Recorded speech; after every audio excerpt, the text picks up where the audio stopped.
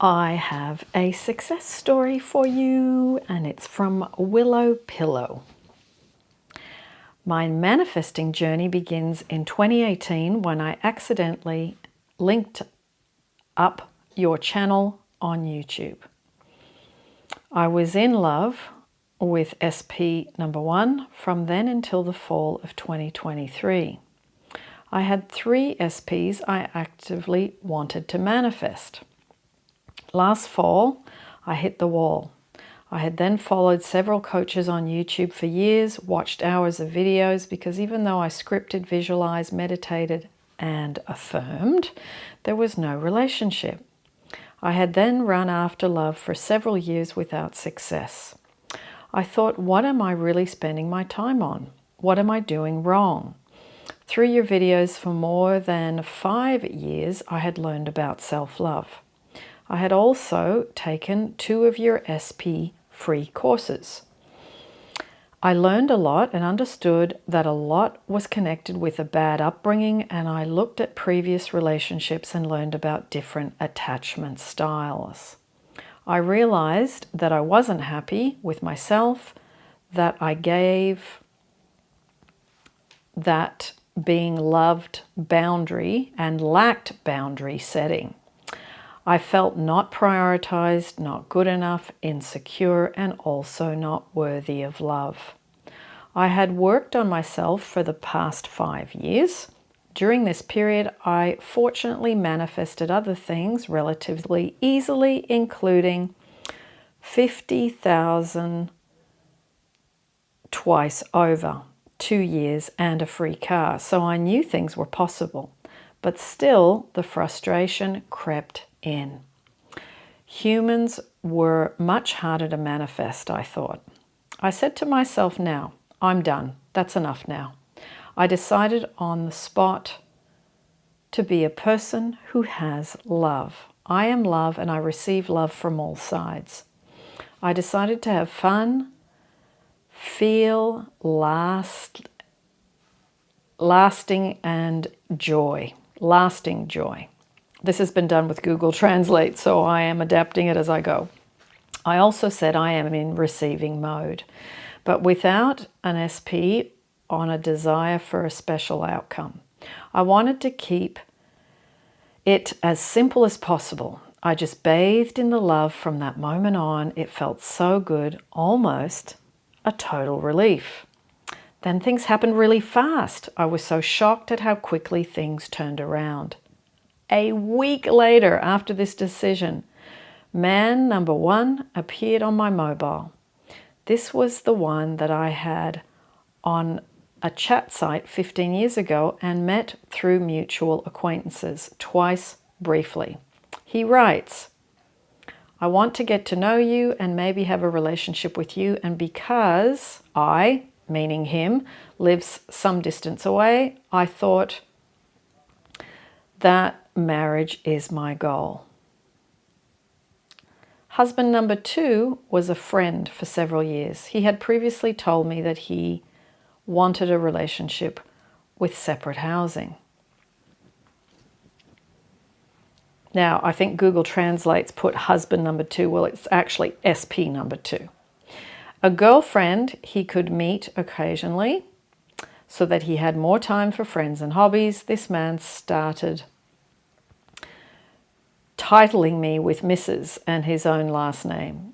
In addition, he made a big deal to tell me that he was going to clean out a bedroom in his house so that everything was ready for a hobby room for me.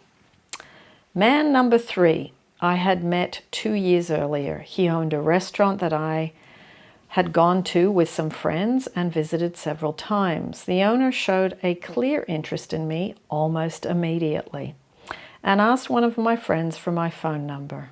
When we were alone for the first time, he told me he was looking for a relationship and possibly marriage. But last spring, in his eagerness to get to know me better, he overstepped my personal boundaries and I became very scared and anxious. That led me to not wanting to see or talk to him, and we eventually lost contact with each other. I met this man again by chance in the middle of the street in a completely different city where he was visiting family, and I celebrated a friend's birthday there last October. He then makes contact via phone again and asked if we can meet one-on-one. I was doubtful, not because I didn't like him, but because I'm unsure if he could respect my boundaries. This time was so different. He opened doors, he set out the chair for me, he kissed my hand and made no advances. He repeats that he likes me and would like to marry me. I felt dumbfounded with surprise.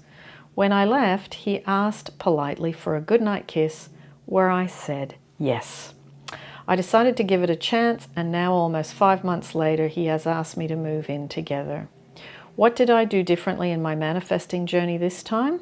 I stopped running after love and to convince someone else.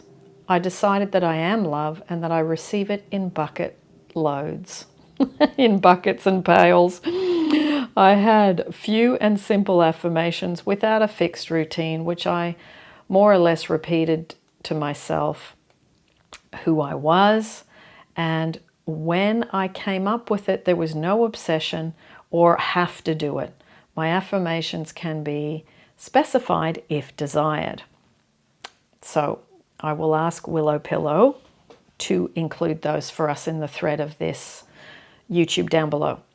I decided to let the control go.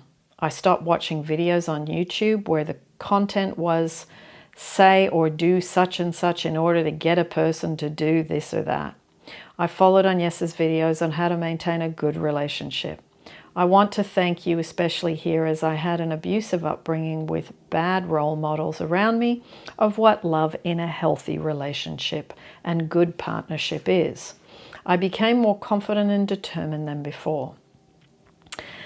So this is a slightly shortened history here because it spans several years, but just ask if anything is unclear. So Willow Pillow, thank you for your story. I would love to know what affirmations you did for people that are going to be hearing your story. It's always a great thing to know. I like your very gentle approach. I like how you didn't push or make it happen, and I like how you changed that internal trying to get love feeling, trying to make it happen, which came from your history, to then going, hang on, I'm making a decision, I am love, and I am worthy of love, and I'm lovable, and you did that. I think that is absolutely wonderful, and I'm not surprised that you had 3 men show up, because that is the shift that's required. If you feel you are loved, then you will see the love on the outside. And I think Abraham Hicks says this the best. If you feel unloved, you are unloved. If you feel unwanted, you are unwanted. If you feel loved, you are loved. And if you feel wanted, you are wanted. It is that simple. So if you put your focus on that and you put that as the priority, then you will see something change on the outside. And you had a change in a week. So I'm not surprised. I love this story. Thank you for just sharing it with us. I have seen your comments in many videos over the years, and I am absolutely thrilled that you are now enjoying this beautiful, wonderful relationship, and that it is there to inspire those of you that are watching this video. So I'm going to put down below any new relationship success stories. I will put down the self-love success stories playlist, the self-love meditations, the affirmations. There are some relationship rampage that you can do. A rampage is just where you're making lots of positive statements over and over, for those of you that would like to practice those. And yeah, Willow Pillow, if you can answer those few questions, and I'm sure there's going to be more questions for you, if you can answer them when you have time. Lots of love, everyone, and happy Monday for those of you that are having a long weekend.